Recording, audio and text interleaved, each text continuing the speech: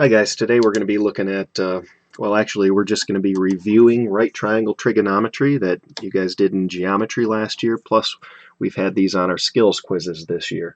If you remember the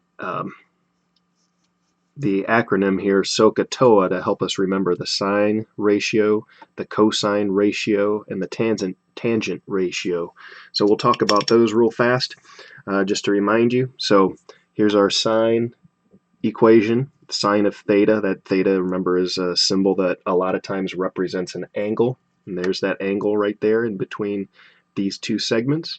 So we have the sine, cosine, tangent. So let's write those in here just for a minute. So we're going to start at this angle here, and the sine ratio is the opposite side over the hypotenuse. So from this angle right here, the opposite side is 21, and the hypotenuse is always the longest side, the side opposite the right angle. So that's our hypotenuse. So the sine function, sine ratio here from angle theta is 21 over 29. So I'm going to write that in there, 21 over 29. All right, cosine ratio. Here's our cosine. The ratio of the cosine function is adjacent over hypotenuse. So from here, adjacent is next to.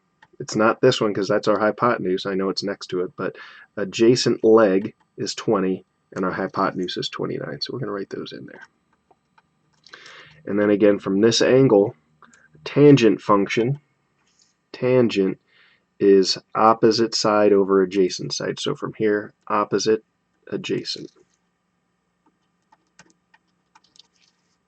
Okay, so actually each one of these trig ratios has a reciprocal. So these trigonometric functions also have reciprocals. And if you remember, reciprocal is just flip the fraction. And so notice, if you flip the sine function, you have this other function called a cosecant. And so notice I put that right next to the sine function, and the cosecant function are related to one another, and they're reciprocal. So what happens if you take the reciprocal of this fraction, 21 over 29? Get 29 over 21.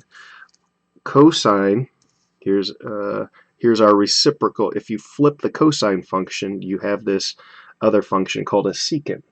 Okay, so here's our cosine function, here's our secant function, and if we flip that ratio, 20 over 29, we get 29 over 20.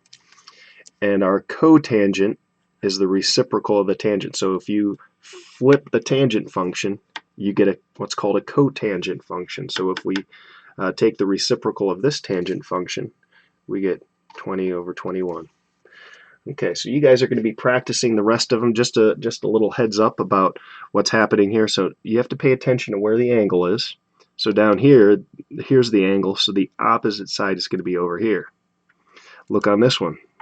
This angle, theta, it's in a different spot than this one. So your opposite side is going to be here, across the triangle, opposite and adjacent right here, and your hypotenuse. So that's the first thing you have to be aware of, is just where your thetas are, because if you mess that up, you're going to have your ratios incorrect here. The other thing you have to pay attention to is, notice on the first two examples, I'm giving you all the sides of the right triangle. Notice on the rest of these, on question 3, 4, 5, and 6, I don't give you all four sides, but because these are right triangles, you know how to get and we've done these on the skills quizzes too. If you need to find a missing side, you need to use Pythagorean theorem. So notice here, I didn't give you have to figure out the hypotenuse. On this one, I give you the hypotenuse, you have to figure out the other leg.